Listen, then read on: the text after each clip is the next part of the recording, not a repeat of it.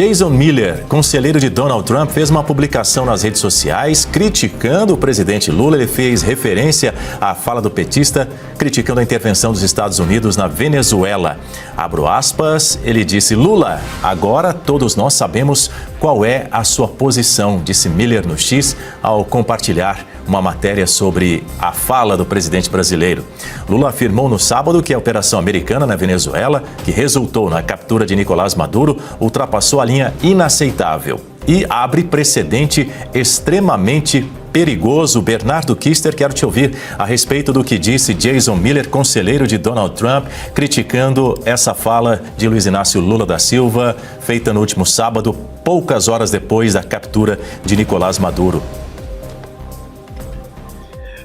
Daniel, veja, a Jason Miller é uma pessoa muito importante, às vezes subestimada pela mídia apenas preocupada, não é o caso da Oeste, com os canais diplomáticos e não com o poder real, ou seja, quem tem influência. E Jason Miller, ele é um amigo pessoal do Trump. Ele é aquela pessoa que quando toca o telefone, o celular de Donald Trump, o Trump pessoalmente atende. Ou seja, uma pessoa que tem proximidade com o presidente e aconselha o presidente Trump. Não que ele vá seguir os conselhos, mas ele aconselha. E lembrando, antes de comentar o tweet dele, veja, o Jason Miller foi aquele que, se eu não me engano, foi 2021 ou 22, acho que 22, né? Foi detido pelo Alexandre de Moraes na Polícia Federal quando iria voltar aos Estados Unidos depois de participar do CPAC, aqui no Brasil. Ele é fundador do Getter, uma mídia social, parceira também, baseada no governo americano, né? Ele participou do CPAC, inclusive eu estive lá, pessoalmente o conheci rapidamente, uma pessoa muito simpática, né, no evento do CPAC, em que palestrei também. E aí, quando ele vai sair do Brasil, a Polícia Federal o detém, não explica o motivo.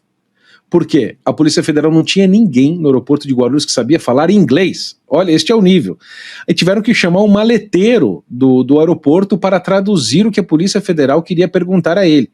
Fizeram 1000 perguntas a ele, por cerca de 2 a 3 horas, e depois tentaram fazê-lo assinar um papel em português. Eu não sei o que tinha nesse papel, ele também não disse, mas um absurdo. Ele não assinou, conseguiu pegar o avião e voltou para os Estados Unidos. E vamos dizer assim, ele não é um homem que tem apreços pelo ministro Alexandre de Moraes e muito menos pelo governo Lula. Então, nós podemos imaginar o tipo de conselho que o Jason Miller pode dar, né, ao Donald Trump em relação a esses assuntos. Então, essa é a primeira coisa. É um homem que tem proximidade e tem foi grandemente lesado na sua vida pessoal e empresarial pelo regime, vamos dizer assim, PT-STF. O que ele está respondendo nessa mensagem? Que inclusive ele usa um palavrão, né, o famoso F-word, né, em inglês. E ele diz que agora nós sabemos onde o Lula está, ou seja, nós sabemos qual é a posição do Lula, porque a nota do Lula é gravíssima. Eles tentaram fazer parecer que a nota era equilibrada, né? Mas o primeiro parágrafo fala 2 coisas: violação da soberania, o que eu já demonstrei aqui no meu comentário anterior, que não tem nada a ver, isso é simplesmente um escudo ideológico que não justifica nada na realidade. E depois o Lula diz que a ação dos Estados Unidos ultrapassou a linha do inaceitável. Então, calma aí. Se as palavras importam, julgo eu que importam ainda mais no ramo diplomático, quando você diz que algo é inaceitável, não é crítico, não é perigoso, não é grave, é inaceitável, significa que você não pode aceitar. Do momento que você não pode aceitar, você terá de tomar medidas para que essa coisa não continue a acontecer. Como, por exemplo, se alguém aqui tenta entrar na minha casa, isso é inaceitável, vou tomar medidas de defesa pessoal. Agora, o que o Lula vai fazer? Esta é a pergunta que o Ernesto também começou a investigar, mas nós não sabemos exatamente. O fato é que o Lula está numa sinuca de bico e tudo indica que, se o Lula partir demais para cima da defesa do Maduro, as tarifas, sanções, quem sabe de novo o Magnitsky e outras medidas contra o Brasil podem sim voltar a ser tomadas, porque isso é prerrogativa do presidente e não depende sequer de uma vírgula do Congresso americano para que aconteça.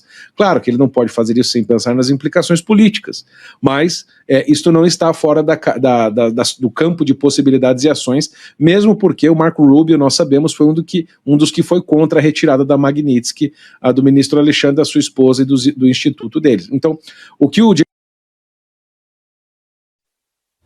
A gente perdeu momentaneamente a conexão com o Bernardo Kister. Enquanto a gente tenta retomar, eu vou ouvir você, Marcelo Rocha Monteiro, a respeito do que disse Jason Miller, o conselheiro de Donald Trump. Fez uma publicação com uma crítica bastante contundente ao que disse Luiz Inácio Lula da Silva horas depois da derrocada de Nicolás Maduro na Venezuela. Lula afirmou no sábado, lembrando que a operação americana na Venezuela, que resultou na captura de Maduro, ultrapassou o que ele chama de linha inaceitável e que vai abrir um precedente extremamente perigoso.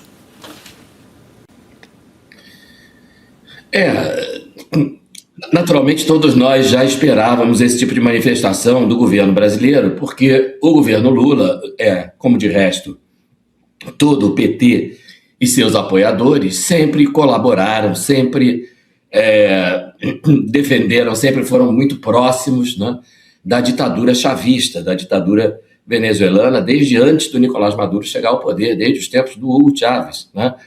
Então, apesar da redação da postagem, né, que diz, agora nós já sabemos, Lula, de que lado você está, né? Na verdade, muito antes disso, todos nós já sabíamos, pelo menos nós brasileiros, né?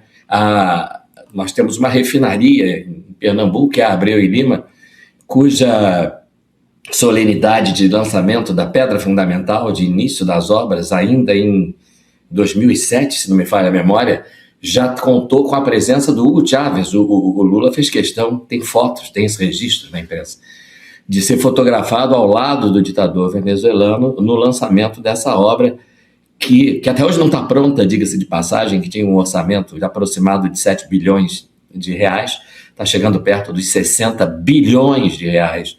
Hoje em dia virou um símbolo de corrupção durante as investigações da Operação Lava Jato, mas que é também um símbolo da proximidade entre esses dois governos esquerdistas e corruptos, né, que são o governo do PT no Brasil e o governo bolivariano na Venezuela.